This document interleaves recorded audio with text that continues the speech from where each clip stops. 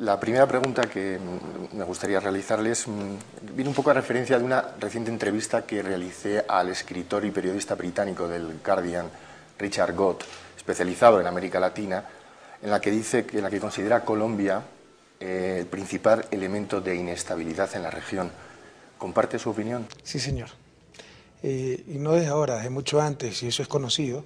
Colombia es el único país que lamentablemente nos duele mucho porque son hermanos colombianos, pero tiene paramilitares, tiene guerrilla, tiene narcotráfico, tiene cultivos, extensos cultivos de droga, tiene amplias zonas de su país que no controla el Estado colombiano, sino controlan estos grupos irregulares. Y por ejemplo Ecuador, vecino de Colombia, no tiene absolutamente nada de eso. En drogas somos los países más exitosos en el control de drogas en América Latina. Sí, prácticamente no existen cultivos de droga en el país, no tenemos guerrillas, paramilitares. Pero no solo eso, el paramilitarismo, el narcotráfico ha infiltrado la política colombiana. Por eso se habla ya de narcopolítica, de parapolítica. Nada de eso existe en nuestro país. Y ese conflicto colombiano tan doloroso que ya lleva cerca de 50 años, se desborda otras regiones y nos perjudica a todos. Entonces, sí, es claro que Colombia es tal vez el foco de inestabilidad más grande en estos momentos en América Latina. Desde Bogotá, desde la Casa de Nariño, da la sensación de que han abierto una especie de guerra mediática. Primero lo hicieron con Venezuela, ahora lo están haciendo con Ecuador. Ustedes han decidido entrar en esa guerra. ¿No creen que es ciertamente no peligroso en el sentido, me refiero que sí es peligroso en el sentido de el aparataje mediático que tiene Colombia es muy superior al de Ecuador? No es que da la sensación, no le quepa la menor duda sobre aquello. Después del bombardeo infame del 1 de marzo, traicionando la confianza en nuestro país, violando nuestra soberanía, no tenían de qué acusarnos, y resulta que ahí es que descubren las computadoras para luego el ataque tener de qué acusarnos de supuestas relaciones con la FARC.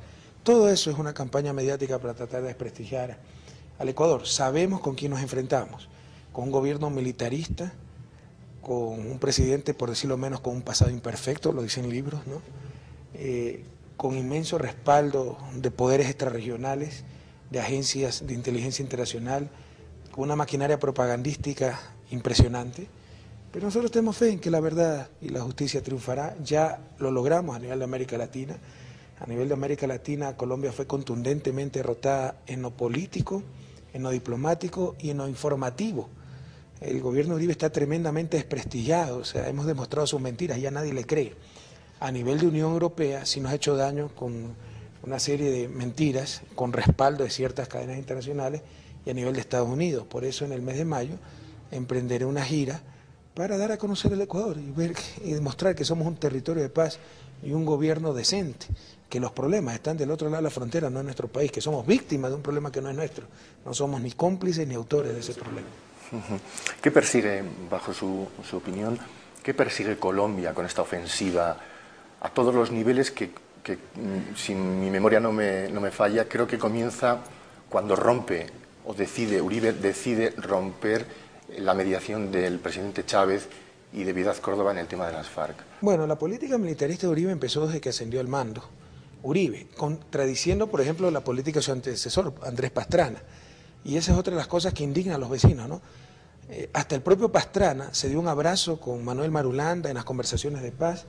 Viene Uribe por la línea dura, así gana las elecciones, los declara terroristas y quiere que todos declaremos terroristas a la FARC y que todos nos pongamos a luchar con él contra la FARC, enviemos ejércitos, qué sé yo. Entonces eso indigna grandemente al resto de América Latina, porque es como un emperadorcito, ¿no? O sea, que sigue los ejemplos de sus patrones, entonces quiere ordenar al resto, y eso indigna realmente a naciones soberanas. En todo caso, es obvio que el poder político de Uribe y su poder económico se basa en esta lucha contra la FARC, y a él no le conviene que acabe esa lucha, es al que menos le conviene. Uribe recibe miles de millones de dólares en ayuda militar al año. Imagínense, el ejército ecuatoriano tendrá 40.000 hombres, el Uribe casi 400.000. Tiene más helicópteros que pilotos, ¿ya? Por toda la ayuda que le da Estados Unidos para supuestamente combatir la guerrilla y el narcotráfico. Pero el que menos le conviene la paz es Uribe, porque combatiendo a la guerrilla da una sensación de seguridad en gran parte del electorado colombiano y de ahí viene su apoyo político. y en económico todo el dinero que recibe Estados Unidos. Ahora, lo preocupante es que ese conflicto se está desbordando y tal vez quiera desestabilizar a los demás gobiernos de la región.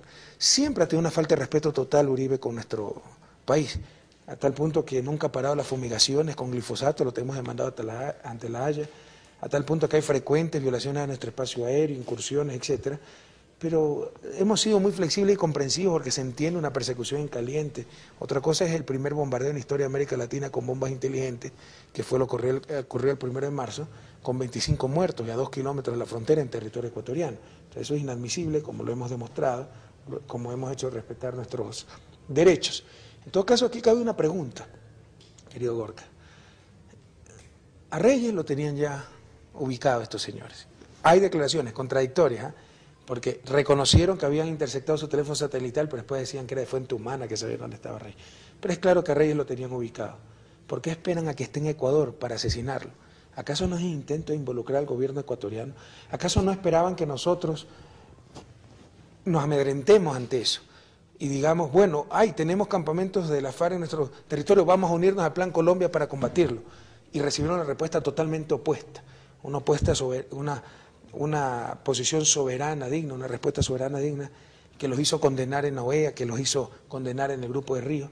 Entonces, le falló probablemente el plan, pero pregúntese, ¿por qué aniquilan a Reyes en el lado ecuatoriano? ¿No será acaso por ese intento de involucrar al Ecuador y al gobierno colombiano en un conflicto que no es nuestro? Y ahora que ya le falló ese involucramiento, porque no caímos en la trampa, toda esa campaña de desprestigio, todas esas agresiones que seguimos recibiendo, todas esas mentiras que seguimos recibiendo de parte de Uribe, ¿no será acaso un intento por desestabilizar un gobierno que no es títere y poner aquí un gobierno que se alinee con Colombia y con Washington y se involucre en el conflicto colombiano, permita a organismos de inteligencia extranjeros operar en nuestro país y permita que continúe la base Manta en el 2009, cuando fenece el convenio de esa base militar norteamericana en nuestro suelo? Entonces no podemos rechazar esas hipótesis, ¿no? El momento cumbre de la crisis diplomática, sin duda alguna, o por lo menos para la comunidad internacional, se produce en el escenario, en Santo Domingo, en el escenario de la Cumbre de Río. Hay un instante memorable, ayer lo estuve repasando en vídeo, bajo mi punto de vista especialmente dramático, que es en el que usted le muestra las manos al señor Uribe. Es la primera vez que alguien públicamente, otro presidente de gobierno, le muestra las manos al presidente Uribe y le cita literalmente: mire bien mis manos, no están manchadas de sangre. Están limpias y sin sangre. Exacto, exacto. Eso fue... ¿a qué se refería concretamente, señor? Bueno, Uribe ha intentado involucrarnos con la FARC, decir que nosotros le damos apoyo a la FARC. Eso es un insulto no solo al gobierno, sino a las Fuerzas Armadas. Y es un imposible, porque si hubiera dado la orden a mis Fuerzas Armadas de proteger a la FARC, se hubiera sabido. ¿Acaso yo puedo directamente del gobierno proteger a la FARC? Lo tengo que hacer a través de las Fuerzas Armadas. Y aquí tenemos soldados muy patriotas, la gran mayoría entrenados en Estados Unidos, que jamás van a aceptar que un gobierno les imponga permitir entrar grupos regulares o irregulares en nuestro territorio. Entonces, es muy fácil de refutar esa calumnia. Luego también sacaron supuestas pruebas de que nos habían financiado la FARC. Y hay grandes contradicciones. Por ejemplo, en esas cartas sin ningún valor jurídico, los supuestos computadores que sobrevivieron al bombardeo, dicen que la FARC en el 2006 nos dio $100.000 para nuestra campaña. Pero al mismo tiempo dicen que recién en febrero 28, algo así, 16, yo he mandado a mi ministro de Seguridad para hacer un acuerdo con la FARC. Entonces, ¿cómo si nos financiaron 2 años antes, recién 2 años después estamos haciendo el acuerdo? O sea, hay una serie de inconsistencias. Como han hecho todo esto al apuro, han cometido graves errores. Entonces, eso sí nos indignó grandemente, ¿no? Que nos traten de vincular con la FARC. Créame que yo en mi vida no conozco todavía a alguien de la FARC. El rato que la conozca le voy a llamar para avisarle: Gorka, por fin conozco a alguien. Cuando me llama Uribe a decir que ha muerto Raúl Reyes, bueno, tuve que preguntar qué cargo ocupaba Raúl Reyes. Raúl Reyes sabía que era la FARC, me sonaba, pero que era el 5º, 6º, y resulta que era el 2º. Entonces ahí me enteré de la importancia del choque que había existido. Y que venga este señor, después de haber violado todo el derecho internacional, la lealtad, la confianza para un país hermano, a más encima tratar de acusarnos y de estar involucrados con los grupos guerrilleros cuyas acciones rechazamos, lo hemos dicho 1 y 1000 veces. A más encima tratar de acusarnos y de estar involucrados con los grupos guerrilleros cuyas acciones rechazamos, lo hemos dicho una y mil veces, a querer involucrarnos con acciones violentas. Entonces le dije claramente, vean, estas manos están limpias y sin sangre, precisamente para resaltar la contradicción con la posición de Uribe, que ha tenido tantos escándalos, está relacionado con el narcotráfico. Hay muchos libros al respecto. Hay videos reunidos con paramilitares, con jefes paramilitares, por si acaso, de Uribe, de estar relacionado con los paramilitares y de tener una guerra, una política guerrerista, violenta, que no va a acabar el conflicto en Colombia, lo va a exacerbar, pero va a dejar como saldo miles de muertos y sangre colombiana derramada por doquier. Entonces, pese a eso, que tenga la audacia de venir a acusar a un gobierno decente, de vinculaciones ilegítimas, ilegales con grupos irregulares colombianos, me indignó sobremanera. Y le dije claramente, mis manos, y lo puedo decir frente a frente, están limpias y sin sangre. Eso no lo puede decir el presidente Uribe. Desde luego que a la gente que estábamos viéndolo en directo nos emocionó mucho esa interpelación, desde luego. Usted acaba de regresar de una gira que ha hecho por México, un país clave, no solamente por digamos, la influencia que México tiene en América Latina, sino también porque 4 de las personas que murieron en el campamento de las FARC eran mexicanas. Allí ha recabado y ha conseguido el apoyo del presidente Calderón. Sin embargo, Colombia ha reaccionado de forma intempestiva. Increíble. A ver, déjeme poner en contexto todo esto. Primero, la visita de Estado a México estaba programada desde mucho antes del 1 de marzo, cuando se dio este tan terrible suceso. Segundo, yo tengo que reconocer que el presidente Calderón fue de los presidentes más activos y preocupados por resolver el problema. Al presidente Calderón podemos catalogar como un presidente de derecha. Me llamó el día lunes 3 de marzo, él me llamó, yo no lo llamé, a otros presidentes llamé para explicar lo que había sucedido, él me llamó y me dijo, presidente Correa, estoy muy preocupado por esto, ¿qué ha sucedido? Le dije, vea, esto ha sucedido. Me dice, si es así, tenga todo el apoyo de México, pero voy a hablar con el presidente Uribe. Le dije, por supuesto, hable con el presidente Uribe. ¿Ya? Y yo sé que es cercano al presidente Uribe ideológicamente, tienen amistad, etcétera, pero la postura del presidente Calderón fue tan auténtica y coherente que luego de hablar con el presidente Uribe, me vuelve a llamar y me dice, ¿ve, es cierto lo que me dice? Y yo le he dicho al presidente Uribe que esto es inaceptable, así que le ratifico el respaldo de México. México defenderá la vigencia del derecho internacional en América Latina, la inviolabilidad de los territorios, la inviolabilidad de la soberanía, etcétera. Y fue precisamente lo que hizo en Santo Domingo. Yo estoy muy agradecido al presidente Calderón y a todo el pueblo mexicano. Es más, él fue el artífice de la resolución, ¿no? Mientras que Leonel Fernández coordinaba la reunión, él iba a pasar la presidencia al presidente Calderón, la presidencia del Grupo de Río. El equipo de Cancillería de México y el presidente Calderón redactaron o ayudaron en gran parte a redactar el comunicado que satisfizo las aspiraciones de Ecuador. Entonces, no es ahora que me dio el apoyo, ¿no? Desde un principio estuvo más que con Ecuador, con la verdad, con el derecho internacional, con la justicia. Ahora, mi visita allá, lo que hizo fue, en estos últimos días tuvimos la intermediación del Centro Carter, eso yo no le he develado, lo ha develado Uribe, confidencial, para tratar de bajar las tensiones entre los dos países, porque a nadie le conviene esta disputa entre Colombia y Ecuador, a nadie le conviene que las relaciones estén rotas. Y pese a ser los agredidos, dijimos, con todo gusto, bajemos 10 días las tensiones para empezar diálogos, para reanudar las relaciones bilaterales, bajemos las declaraciones de tono, etcétera, porque había subido mucho después de que descubrimos que uno de los muertos era ecuatoriano. ¿Y qué recibimos de respuesta de Colombia? Prácticamente que estaba bien muerto por estar con la FARC, ratificándose que había sido un legítimo acto de guerra, eso lo digo textualmente santo, y fue respaldado por el canciller y por Uribe. Después se echaron un poco atrás el canciller y Uribe. Entonces, frente a esto, presentó sus buenos oficios el Centro Carter, lo aceptamos con toda la buena voluntad, y quedamos en un acuerdo con Bogotá, unos días antes de ir a México, de 10 días, parar un poco las declaraciones fuertes, las acusaciones, bajar las tensiones y empezar los diálogos para reanudar relaciones. Voy a México, trato de evitar el tema Colombia, pero es obvio que no podemos negar la realidad, es decir, agradezco el apoyo, etcétera, pero en algunas entrevistas me preguntaron, pues no, por los muertos, y sí, ahí están los muertos, y son mexicanos, y no nos interesa si eran guerrilleros o no, son vidas jóvenes, y lamento mucho no haberles podido proteger la vida, etcétera. No sé qué habrá tomado mal el gobierno colombiano, porque no ha precisado qué es lo que lo molestó, etcétera.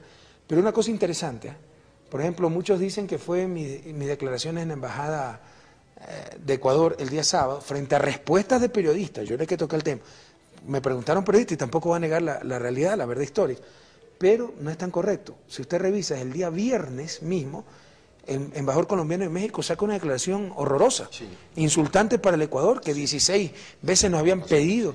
Y por si acaso, la prensa internacional debe solicitar esas 16 veces que denunciaron que Reyes estaba en Ecuador. Todo es mentira, todo es bluff. Pero ya son cosas que no se verifican, ¿no? Pidan las 16 comunicaciones. No existe. En todo caso, ya del viernes venían las agresiones de Colombia. Bueno, nosotros no hicimos caso, seguimos con nuestra visita, doy conferencias académicas, respondo a preguntas de medios de comunicación, siempre dejando sentado que buscamos lo más rápidamente superar este incidente, que las relaciones se reanuden, etcétera. Regresamos a Ecuador y el día domingo nos encontramos con un comunicado atroz de Colombia, en que lanza una gravísima acusación. Si usted revisa, nunca habían tocado directamente al presidente Rafael Correa. Ahí se dicen que el presidente Rafael Correa ordenó a sus Fuerzas Armadas no perseguir a la FARC. Sí. Son hasta torpes, porque son cosas tan fáciles de contradecir. Usted puede, le doy la libertad para que interrogue a cualquier jefe militar si alguna vez yo he dado esa orden. Ahí están las reuniones del Consejo de Seguridad Nacional, grabadas, ahí son confidenciales, pero puedo autorizar levantar ese secreto y que ustedes escuchen las instrucciones que yo doy. El mismo día del ataque, cuando nos dicen que una patrulla colombiana está cercada por la FARC, ordeno a los helicópteros nuestros artillados ir y salvar, defender la vida de esa patrulla y disparar contra la FARC. Entonces es tan fácil desmentir esa burda mentira, ¿no? Pero es incomprensible. Entonces, de repente se lanza tremenda acusación de vela y revela que el centro Carter estaba intermediando. Uno cabe preguntarse qué es lo que busca esta gente. Abortar cualquier proceso de pacificación, exacerbar el conflicto, desestabilizar el gobierno ecuatoriano. ¿Qué es lo que busca Uribe? Es terrible. En todo caso es tan terrible y ha quedado tan mal como un mentiroso y hasta en ridículo que ya hemos decidido en el comunicado de ayer ni siquiera contestarle porque perdemos el tiempo. Sí. Pero es un patrón de comportamiento de Uribe. Cuando nos bombardea, era el mejor momento de relaciones bilaterales, habíamos hablado el día anterior. Sí. Teníamos un contacto fluido, vino a la inauguración de nuestra asamblea, me había invitado el 30 de marzo a Colombia a inaugurar una planta de biocombustible. Cuando se mejor está con Uribe, ahí es cuando viene y le mete de nuevo la puñalada en la espalda. Ya más o menos lo tenemos medido al hombre, es un patrón de comportamiento. Algo falla, algo no anda bien. ¿Y cómo es posible que reaccione al final de la cumbre explosivamente salga de su silla y acuda raudo y veloz donde usted a casi estrecharle en su intervención? Álvaro Uribe Vélez, y usted vio cómo yo lo recibí, porque sí, ya lo conozco. La mirada fue... Pero ese es Álvaro Uribe Vélez, cuídese. Mientras mejor están sus relaciones con Álvaro Uribe Vélez, es cuando más fuerte puede esperar el golpe. Así ha sucedido. Cuando hablamos del glifosato era lo mismo, ya llegamos a un acuerdo, o sea, nos volvía a bombardear, o sea, con glifosato. Ya ese es un parámetro de comportamiento. Algo le falla, tiene un comportamiento psicótico terrible el presidente Uribe. También el ministro de Defensa colombiano es bastante curioso. Sí, según me comentó en una entrevista que le hice hace poco al ministro de Presidencia de Venezuela, Jesse Chacón, él lo comparaba más que el ministro de Defensa como el ministro de la guerra, ¿no? Sí, señor. Asegura que el ministro de Defensa Santos dice que de volverse a producir un escenario como el del 1 de marzo, el del 1 de marzo, no volverían, o sea, volverían a actuar de la misma manera. Se imagina lo que dice, después de la condena en la OEA, después de la resolución del Grupo de Río. Sin embargo, en un principio Uribe y Araujo lo apoyaron a Santos, después lo desautorizaron. Ajá. Pero imagínense contra qué clase de gente estamos enfrentándonos, ¿no? Y por si acaso el primo de Santos es el vicepresidente. Sí, sí. Y es todo este grupo mediático El Tiempo, que también tiene relación con Diario El País, dicho sea de paso, ¿no? Y Radio Caracol. Radio El Tiempo es el único periódico nacional de Colombia. Aquí hay 4 o 5 nacionales, allá solo hay ese. Radio Caracol, Radio Nacional. Tienen vinculaciones con muchos otros medios de comunicación europeos, etcétera. Y esa gente participa del gobierno de Uribe. Entonces se imagina todo el aparataje propagandístico que tiene este señor. Sí, sí. Este señor. Sí, sí. Usted en la conferencia de prensa que da para anunciar la retirada del embajador ecuatoriano en Bogotá y la expulsión inmediata del embajador colombiano de Quito, cita que ha hablado con diferentes países, entre los que cita España, y me gustaría saber cuál ha sido la respuesta de España a esta crisis diplomática, si es que ha tenido alguna respuesta. Bueno, con dolor tengo que decirle que fue un poco ambiguo. Yo aprecio mucho al gobierno del PSOE, en particular al presidente Rodríguez Zapatero, pero básicamente se limitó a escuchar mis explicaciones y luego sacó una declaración tremendamente ambigua, en que básicamente se quería contentar a los dos lados cuando claramente había un agresor o un agredido. La explicación y comprensible que nosotros damos a eso es que estamos a pocos días de la elección presidencial. Al presidente Zapatero se lo estaba acusando de ser muy flexible con el ETA, entonces no podía arriesgarse digamos, a condenar claramente el bombardeo porque podía haber lugar para una acusación de la oposición, y lo entendemos, ¿no? Pero sí esperábamos, y todavía esperamos algo más del gobierno de España. Ojalá que no esté influenciando las 100 y pico de transnacionales españolas que funcionan en Colombia, porque en este tipo de cosas deben primar los principios, las convicciones que sabemos que compartimos con el presidente Zapatero y con el gobierno del PSOE. Usted en mayo, en la gira internacional en Europa que va a hacer, incluye a España en su gira. Sí, señor. O sea, podrá entrevistarse con el presidente. Las relaciones con el gobierno del PSOE son de lo mejor. Tenemos grandes contactos, tenemos un profundo aprecio personal que creo que es compartido, reciprocado. Pero vamos a decirle la verdad. Oiga, aquí no se trata de contentar a las dos partes, nada. Aquí ha habido un agresor y un agredido. Tenemos que hacer prevalecer el derecho internacional. No solo eso. O sea, imagínense si ustedes tienen una situación muy similar. Imagínense si a España se le ocurriera bombardear a Francia porque dice que está ocultando pues etarras. Sería el colmo, pues. ¿Acaso Francia es cómplice de los etarras o es víctima también de los etarras? Es exactamente la misma situación acá. Tenemos una frontera selvática, en la mayor parte selvática, una frontera de cerca de 600 kilómetros. ¿Cómo puede evitar que se infiltren grupos armados colombianos? Pero no solo eso, es una política liberada de Colombia. Eso lo debe entender el mundo. Nosotros tenemos 13 destacamentos en la frontera norte, militares. Colombia tiene 2, porque espera que nosotros pongamos los muertos de su actitud guerrerista y de su empuje de norte a sur contra la FARC. Entonces lo hacen deliberadamente. Y más encima nos echan la culpa porque se infiltraron los grupos. Eso es terrible. Volviendo otra vez un poco al tema del 1 de marzo. Algunas investigaciones aseguran que Reyes tenía pactado ya una entrevista con Francia, con una delegación francesa, para negociar, digamos, la liberación de Ingrid Betancourt y de otros rehenes que tienen en la selva. Era un poco lo que usted comentaba antes. No es extraño, a mí es que desde luego no entra en las cábalas, por lo menos personales, que espere Colombia a que pase la frontera de Ecuador para atacar ese destacamento, ¿no? O sea, ya sé que es un poco reiterante. No, le agradezco. No es extraño, ahora concuerdan todas las cosas, ¿no? Es perfectamente lógico. Uribe no quiere la paz. No quiere la paz. No le interesa la vida de los secuestrados. Incluso Ingrid Betancourt es una potencial candidata a la presidencia de la República, que le puede disputar la presidencia. No quiere involucrarme en asuntos internos de Colombia, porque nosotros sí respetamos al Colombia, sobre todo al pueblo colombiano. Al gobierno colombiano lo diferenciamos de su pueblo. En todo caso, Raúl Reyes era el comandante más proclive a la paz, a buscar una solución pacífica al conflicto y a liberar rehenes. No, habíamos tenido ese contacto con conocimiento, me ha informado el ministro de Seguridad. Vamos a tener un contacto con la FARC en un tercer país, es falso que sabíamos que estaba en Ecuador, etcétera. Fue en un tercer país neutral, ya, para acordar liberación de rehenes en suelo ecuatoriano.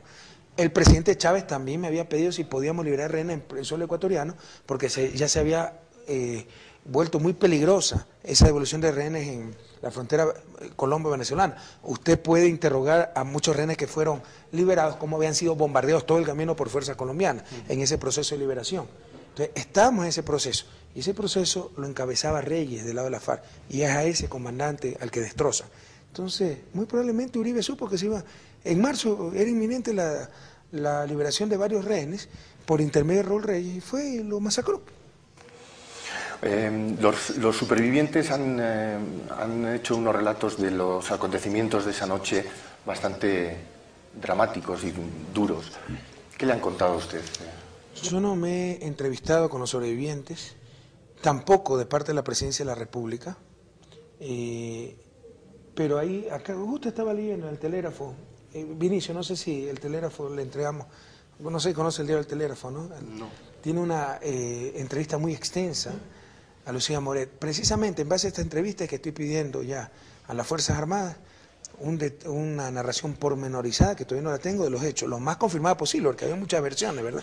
Por ejemplo, ella dice que ha habido 2 bombardeos, una a medianoche y una a las 3 de la mañana, y que se remataron a los heridos, y que a las 6, 7 de la mañana llegó la policía colombiana. O sea, total violación a nuestro territorio. No es que entraba una vez Y salieron, entraron 2 veces y luego la policía. Y en los videos que presentó el propio Uribe ingenuamente en Santo Domingo, se ve hasta cómo los fiscales colombianos acompañan a la fuerza pública para ver los muertos, etc. O sea, en estricto cumplimiento de las leyes, pero colombianas en suelo ecuatoriano. Como usted ve, ¿no? El emperadorcito, tiene ínfulas de emperador. No sé a quién le habrá aprendido esas ínfulas. Ecuador se equivocó, al menos con este gobierno. Desde luego. Ecuador se queja constantemente, amargamente, además, de que el control fronterizo, usted lo acaba de decir, tienen 11 destacamentos, Colombia solamente tiene 2. El control fronterizo entre los dos países es muy complejo por la geografía del lugar. ¿Qué propone para...? A ver, nosotros controlamos bastante bien nuestra frontera y nuestro territorio, a tal punto que prácticamente no tenemos cultivo de drogas en Ecuador, mientras que Colombia tiene droga y cerca de 70.000 kilómetros donde no puede entrar el ejército colombiano porque está dominado por los grupos irregulares. Nosotros limitamos no con el Estado colombiano, limitamos con la FARC. ¿Ya? Y ante esa situación que se infiltren elementos de la FARC, perdónenme, Estados Unidos están construyendo un muro para que no se les infiltren emigrantes de otros países, ¿verdad? Hay inmigrantes que vienen de otros lados. Entonces, es muy difícil controlar una frontera tan extensa y selvática. ¿Qué proponemos? Que por favor Colombia cuide su frontera sur. Aquí se han dicho una serie de barbaridades. El diario del País, de forma totalmente antiética, en base a su corresponsal en Bogotá, una persona con actitudes ya siempre bastante sesgadas a ciertas corrientes ideológicas, publicó, entre otras cosas, que en Ecuador había 8 campamentos guerrilleros, estables, ¿no? Primero, ningún campamento guerrillero es estable, ¿no? En todo caso, llevamos a prensa internacional a visitar esos 8 campamentos. Para empezar, 4 poblados de los que mencionaba están del lado colombiano. Y los llevamos a visitar los poblados ecuatorianos que mencionaba, y no apareció ningún campamento. Entonces se dicen una serie de barbaridades, ¿no? Se repiten cosas, pero la realidad ¿cuál es? Que nosotros sí cuidamos nuestra frontera, tenemos 13 destacamentos, 11.000 hombres, que me cuestan cerca de $100 millones anuales. En época de paz necesitaría 1.500, 10 veces menos, ¿ya? Es un ingente costo para... No solo en recursos, tenemos 13 muertos de la fuerza pública en los últimos años por una guerra que no es nuestra, para aguantar la insolencia del gobierno colombiano de decir que Ecuador apoya a la FARC. En todo caso, tenemos 11.000 soldados en la frontera, 13 destacamentos, pero es imposible que se infiltren estos grupos irregulares. Pero disminuiría ese problema de infiltración si Colombia tuviera resguardada su frontera, pero limitamos con la FARC, no con el Estado colombiano. Impresionante. La crisis diplomática también ha revelado algunas, no sé si decir enormes grietas en el sistema de inteligencia ecuatoriano, sí, que ha provocado el relevo de la cúpula militar. ¿Qué reformas? Ya, no le quería decir, pero, por ejemplo, lo que le acabo de mencionar, no quería enfatizar es, todavía no tengo informe pormenorizado de todo lo que ocurre oficial. Entonces, hubo graves fallas, nuestros servicios de inteligencia han sido muy debilitados por varias cosas, ¿no? Incluso por las políticas que se llevaron en nuestro país en los últimos años, pero están también tremendamente infiltrados por la CIA, por la Agencia de Inteligencia Norteamericana, y la CIA trabaja para Colombia. Entonces tenemos evidencias que información generada por nuestros servicios de inteligencia no llegaron al gobierno ecuatoriano, pero a través de la CIA sí llegaron al gobierno colombiano. El viceministro de Defensa, en entrevista, me parece que fue ayer en el diario El Comercio, ayer o antes de ayer, reconocía que se desconoce qué hacen los organismos de inteligencia. También aquí existen todavía rezagos de la Guerra Fría, donde, bueno, los servicios de inteligencia en un mundo aparte, con agenda propia, etcétera. Entonces prácticamente no hay control civil sobre esos servicios de inteligencia, y todo eso es lo que estamos reestructurando en estos momentos. Una pregunta. Hay quien considera que las reformas, usted está haciendo grandes reformas en el país, sin embargo, en el tema de las Fuerzas Armadas se ha sido siempre un poquito ingenuo. Probablemente tenga razón. ¿No? Creemos que por haber esperado tanto tiempo a reformarlas, ¿no? Y además por haber confiado en Colombia. O sea, nosotros dijimos, bueno, ya no tenemos el problema con Perú. Con Colombia siempre ha sido un país hermano, tiene su guerra civil, pero bueno, nosotros no tenemos nada que ver. Ocupémonos de los problemas domésticos. Yo tengo un país con gran porcentaje de la población en la miseria. En estos momentos nuestras Fuerzas Armadas están sobre todo comprometidas en emergencia nacional porque tenemos 40% del territorio inundado. Y es ahí cuando nos bombardea Colombia. Entonces, ingenuamente nosotros pensamos que sí, que teníamos gobiernos vecinos en los cuales podíamos confiar y que nunca se iba a dar una situación de esta índole. Nuestras Fuerzas Armadas han sido tremendamente golpeadas por las malas políticas públicas, falta de recursos, por negligencia más que ausencia de recursos. Estamos en ese proceso de reconstrucción, pero empezamos en base a nuestras necesidades. Por ejemplo, trayendo lanchas rápidas de la Armada y aviones no tripulados para vigilar el océano y evitar, entre otras cosas, la piratería en alta mar, el coyoterismo, o sea, el sacar inmigrantes que se hunden los barcos. Son los guardacostas norteamericanos los que capturan y tratan muy mal a esos barcos de inmigrantes fuera de nuestro mar territorial. Entonces, hasta por orgullo nacional queremos hacerlo nosotros mismos, para evitar el contrabando de combustible. Es decir, atendimos a las Fuerzas Armadas, pero en base a nuestras necesidades internas. Si usted quiere, subestimamos la importancia de mejorar la defensa frente a un ataque externo, porque vimos que las probabilidades eran mínimas. Ya nos dimos cuenta de lo equivocados que estamos. Tenemos que tener siempre presente que tenemos a un Uribe de presidente, lamentablemente, de Colombia, ¿no? El nuevo ministro de Defensa acaba de anunciar una revisión también de los contratos con los estadounidenses, ¿no? O sea, A ver, muchos eso conocíamos, ¿ya? Pero asumíamos que era algo transparente. Ya tenemos evidencia que no es así. Hay muchas unidades, supuestamente antinarcóticas, etcétera, totalmente financiadas por Estados Unidos, por organismos de inteligencia y de control de esos países, como la DEA.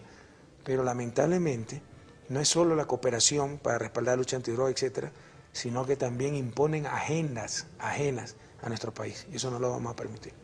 ¿Y la base de Manta? Se va en el 2009. Sí. Y no le extrañe que este rebrote de los insultos y las calumnias de Uribe sea un intento, ya, como siguiendo recados que le mandaron a decir, sea un intento de desestabilizar a nuestro gobierno para poner también aquí un gobierno títere que deje de investigar la influencia de la CIA en nuestros aparatos de inteligencia y que se involucre en el Plan Colombia y que permita que continúe la base en Manta, ¿no? No excluye esa hipótesis.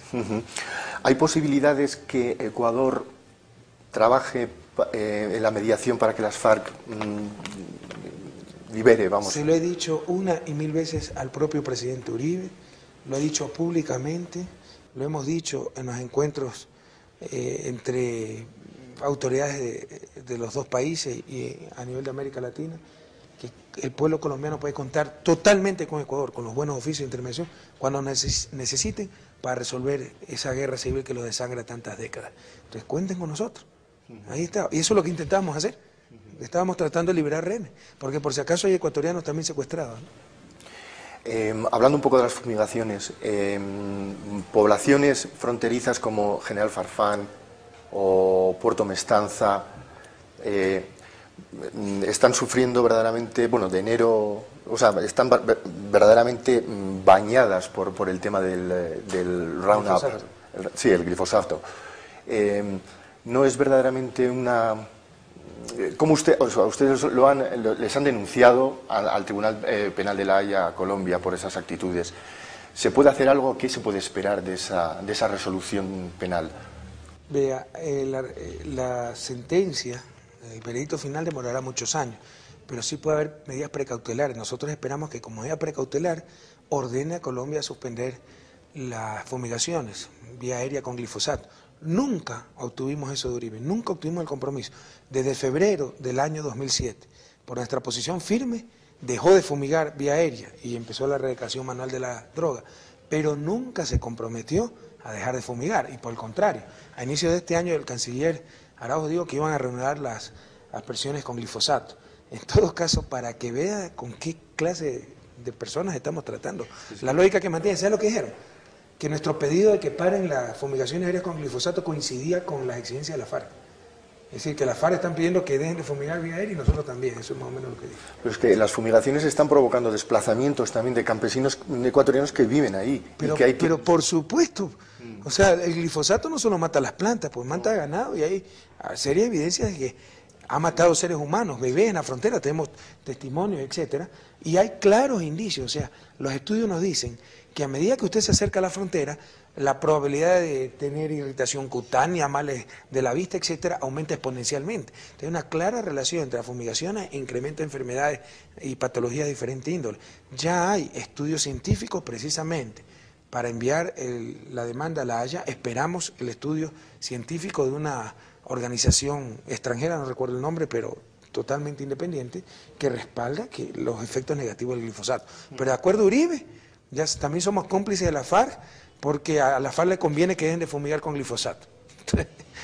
Yo tengo el testimonio de un hombre de Puerto Mestanza que tenía una piscifactoría y él insiste en que quiere tener ahí trabajo y que aquella tierra es muy fértil y que por culpa de las fumigaciones se está pensando irse a Guayaquil. No solo que botaban glifosato de aviones del lado colombiano, sino que tenemos testimonio que para la vuelta, en la forma más descarada, se dan la vuelta por nuestro territorio y seguían fumigando. Y usted puede ir, yo también he visitado los frutos deformes, las irritaciones cutáneas, la pérdida de productividad de la tierra, la muerte de peces, etcétera. O sea, la gente se estaba bañando en el río, venía un avión que por si acaso son norteamericanos, de Dyncorp, ¿ya? Porque es parte del Plan Colombia eso, y los bañaban en glifosato. Y uno tiene que aguantar eso por el problema que tiene Colombia. Ponga, por favor, controle su territorio, ponga guarniciones militares en la frontera y evite que siembren droga. Pero no que siembran droga y lo más fácil es venir a bombardearnos con glifosato y que se nos mueran cultivos y cultivadores del lado ecuatoriano. Eso no lo vamos a permitir. Cuando además investigaciones dejan claro que Ecuador no entra entre los 3 países que más cultivan coca. No, somos el único país andino que no es productor de coca, cuidado. Cuidado, este país no tiene cultivo de coca. Las Naciones Unidas tienen un cálculo que a lo sumo tendremos 100 hectáreas de coca, o sea que nada, tú perdías por ahí en la selva porque controlamos bastante bien nuestro territorio. Y es de los países de América Latina más exitosos en la lucha contra el narcotráfico, porque Ecuador no es productor de droga, pero sí tiene narcotráfico que viene de Bolivia, Colombia, Perú, etcétera. Somos los más exitosos en captura de droga a nivel de América Latina. Hablando un poco de la Asamblea Constituyente, uno de los temas clave o que más preocupan es la eliminación de las concesiones a las grandes empresas mineras. Sí. ¿No? ¿Las van a eliminar esas concesiones o se van a mantener o se van a eliminar a las pequeñas concesiones? ¿Cómo? No, a ver, es prácticamente empezar desde cero con un nuevo marco jurídico porque la ley de minería que tuvimos, hecha para variar con los inefables burócratas del Banco Mundial, por lo cual le tenemos incluso que pagar, fue un verdadero desastre. Corruptelas totales, ineficiencias, etcétera. Se han dado más de 4.000 concesiones desde que está esa nefasta ley. El 95% que no han ni explorado ni explotado es tan solo una negociación de los títulos, ¿ya? Hay personas naturales que tienen hasta 90 concesiones, entonces la mayoría de ellas sin consulta previa, rompiendo requerimientos constitucionales legales. Todo eso se va a revertir y se van a suspender por un tiempo hasta que esté la nueva ley esas concesiones que sí cumplieron con todos los requisitos de la antigua ley y la Constitución. Los inversionistas me pueden decir, no es culpa nuestra que ustedes han tenido una mala ley y tienen razón, pero por el bien del país y de ellos, para evitar conflictos sociales, etcétera, es necesario una mejor ley de minería que respete la comunidad, respete las fuentes de agua, etcétera, ¿ya? Y renegociar los contratos de concesión. Entonces, la gran mayoría de concesiones están mal otorgadas, tienen vicios de nulidad muy claros, han incumplido la ley y la Constitución, esas serán revertidas. Y las concesiones que han cumplido con la ley serán suspendidas, el mandato normalmente va a salir que se va a dar 180 días hasta tener la nueva ley, renegociar los contratos y que puedan seguir trabajando en el país. Así que lo único que le pedimos a esas inversionistas es un poco de paciencia. Hace pocas semanas se reunió aquí con el presidente de Repsol. ¿Qué acordaron?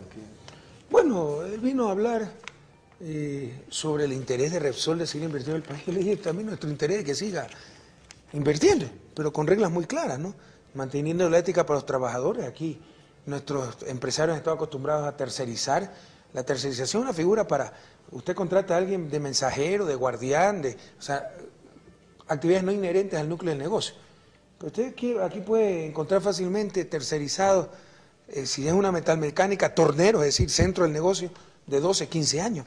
Entonces eso no lo vamos a permitir. Entonces, mientras se respete la ética de los trabajadores, con los trabajadores, mientras se respete la ética con los consumidores. Aquí no tenemos ley antimonopolio todavía. Somos el único país de América Latina, de Sudamérica, con Bolivia, que no la tiene. Entonces se venden productos de mala calidad, tremendamente costosos, peligrosos para la salud humana. Mientras se respete la ética hacia el Estado, aquí nadie paga impuestos. A la propia Repsol, entre paréntesis, le mostré a su presidente que varios años no me había pagado impuestos, ¿verdad? Entonces me dijeron que estaban recuperando las inversiones, ¿ok? Y mientras se respete la ética con la naturaleza, porque también han venido estas compañías petroleras y han destrozado el medio ambiente. Aquí hacen cosas que jamás harían en sus países de origen. Vaya a ver lo que hizo Chevron Texaco en nuestra Amazonía, ¿no? Si se respetan esas 4 éticas, bienvenida a la inversión extranjera. Entonces le hemos dicho, Repsol nos encantaría que se quede. Lo que no esperen es que este gobierno hipoteque el país a los intereses de la inversión extranjera. No, aquí vienen con reglas claras y todos nos ajustamos a esas reglas. Y estuvo totalmente de acuerdo, nos entendimos perfectamente. Yo con la gente pragmática me entiendo muy bien. Entonces estamos en un proceso de renegociación de los contratos petroleros. Hemos dicho, esos contratos fueron malos por tales y tales motivos. Creo que me dio la razón el señor presidente, no recuerdo el nombre. Por ejemplo, a inicios de los 90 teníamos prestación de servicios, que es lo que concuerda con la figura en la Constitución de que el petróleo es del Estado. Contratamos a una compañía extranjera para que saque nuestro petróleo, nos cobra un costo por barril y todo el resto es para nosotros. Resulta que a inicios de los 90, teóricamente, el precio del barril cayó por debajo del precio de extracción, del costo de extracción, no nos convenían esos contratos. Pero si eso era cierto, ningún contrato era rentable. Y resulta que nos llevaron a cambiar a contratos de participación, tremendamente nocivos para el Estado. Queremos volver a esos contratos de prestación de servicios. Todo eso le hemos dicho a Repsol, con reglas claras, pero por favor, o sea, no puede ser que las ganancias extraordinarias se nos estaban llevando prácticamente la totalidad, etcétera. Y creo que coincidimos plenamente en esa visión. Ellos también lo que buscan es gobiernos serios, con políticas claras y proyectos rentables. Y eso ya hay en Ecuador, felizmente. Una pregunta para la enorme colonia ecuatoriana en España. ¿Cómo usted ha dicho que se ha convertido la población extranjera, o sea, inmigrante ecuatoriana en el mundo, es como una nueva provincia, vamos a decirlo? Región ecuatoriana, ¿no? Las remesas que llegan son importantes, pero no son suficientes. ¿Qué mecanismo de inclusión manejan para que esa colonia enorme de ecuatorianos que viven fuera no se sientan desarraigadas? Múltiples, estamos haciendo mucho en eso. Ya creamos, desde el inicio del gobierno, creamos la Secretaría Nacional de Migrantes, un Ministerio de Migrantes, que lo acaba de crear España también. Sí. Y estamos en un proceso de fortalecimiento de los consulados, embajadas que estaban totalmente destrozados. Muchísimos cónsules, de acuerdo a nuestro ofrecimiento de campaña, sobre todo en España, son migrantes. Vaya a ver el cónsul de Barcelona, alguna vez en una entrevista. Sí. Él tiene estudios de ingeniería, de psicología, una maestría en administración, hasta diácono, porque es medio coruchup. Trabajaba de conserje en Madrid, pues. Y ahora es el cónsul general de ecuatoriano en Barcelona. Esa fue una promesa de campaña. Y esa gente le pone alma y corazón y vida a lo que hace. Entonces los migrantes se sienten mucho más atendidos, mucho más comprendidos, etcétera. Y tenemos una serie de programas de apoyo. Acabo de aprobar que del canje de deuda precisamente con España e Italia vaya 9 millones para la Secretaría Nacional de Migrantes, para el plan de retorno, para hacer la casa de los ecuatorianos en los lugares de alta migración, para que no se desarraiguen precisamente de nuestro país. Estamos creando el Banco del Migrante. ¿Para qué? Para que puedan depositar sus remesas prácticamente sin costo y cuando regresen y la puedan retirar desde Ecuador sus familiares y cuando regresen al país ya tengan una historia crediticia para financiar construcción de vivienda de sus familias, etcétera. Entonces estamos haciendo muchísimo por los migrantes. Y a nivel político ni qué decirlo, ¿no? En la Asamblea Constituyente por primera vez en la historia esos migrantes tienen representación política. Hay 6 migrantes en los 130 asambleístas y eso se va a institucionalizar. Esa quinta región, de ahí viene el sentido de la quinta región, va a tener representación política en el nuevo Congreso Nacional. Unas preguntas en corto. O sea, no se preocupe. Aficiones del señor presidente. Bueno, mi tiempo libre lo trato de pasar con mi familia, que es la gran sacrificada en todo eso, y es lo que más me gusta, ¿no? Sí, sí. Para mí mi mejor domingo es poder quedarme en casa, que mi esposa cocina, que cocina riquísimo, o yo hacer una parrillada, pero todos juntos ahí. Y en deporte es básicamente ciclismo. ¿Ah? ¿Leer también? Sí, me gusta mucho leer y otro grande sacrificio en este momento es que no tengo mucho tiempo. Y la música también me gusta mucho. Y la bicicleta, ¿no? Sí, me gusta mucho, desde muy joven, ¿no? ¿Qué libro está leyendo en estos momentos? Yo leo como 4 al mismo tiempo. Yo estoy leyendo, a ver, tengo Cómo hacer que la globalización funcione, de Stiglitz. Estoy leyendo el Mohamed Yunus, el banquero de los pobres, releyéndolo, ¿no? Porque se lo voy a mandar a regalar a algunos ministros claves para implementar con mayor agresividad esos programas de microcrédito. Estoy leyendo Amando a Pablo y odiando a Escobar, de Virginia Vallejo, la ex amante de Pablo Escobar. Lea ese y verá lo que dice ahí. Estoy leyendo la historia del Ecuador, repasando la de Salvador Lara, entonces soy medio impulsivo, entonces obsesivo, también leo como 4. Pero antes de esos 4 me acababa máximo un mes, ahora leo leyendo como 3 meses. Me han dicho que uno de sus autores perdidos es Stiglitz. Sí, economía sí. Sí, ¿no? Sí, entre otros, no es el único. No. Pero también está Chomsky, que no es precisamente economía, pero hace muy buenos análisis, pero algunos más, ¿no? ¿Qué país? Galbraith, etcétera. Galbraith, John Kenneth Galbraith. ¿Qué país le gustaría para visitar sin ser presidente de Ecuador? O sea, sin que se supiera que fuera presidente de Ecuador. Realmente Tierra Santa, ¿no? Sí, muy bien. ¿Qué esperanza tiene la vida el presidente? Después de mi paso por el gobierno, dejar a mi país en el camino irreversible hacia el desarrollo. Dejar un país con menos miseria, pero en el camino irreversible eliminarla totalmente. ¿Qué odia de la gente? Bueno, la mala fe, la hipocresía. Me molesta mucho la deslealtad y la mala fe, ¿no? La gente que actúa tratando de hacer daño, tratando de dañar al resto. ¿Y qué aprecia de la gente? La autenticidad. Incluso cuando no comparten conmigo, yo me entiendo muy bien con la gente auténtica, ¿no? Que me dice las cosas frontalmente. Por último, ¿quién es Rafael Correa? Defínase usted a sí mismo. Sé que es una pregunta la más difícil de todas. Una buena persona. Yo quisiera que después de mi paso por la presidencia, créame que no tengo ningún afán de trascender. Aquí somos un grupo de ciudadanos que lo único que queremos es dejar a este país mejor de como lo encontramos. Pero lo que más quisiera es que me recuerden como esa buena persona, el buen esposo, el buen padre, el buen amigo, el buen hermano.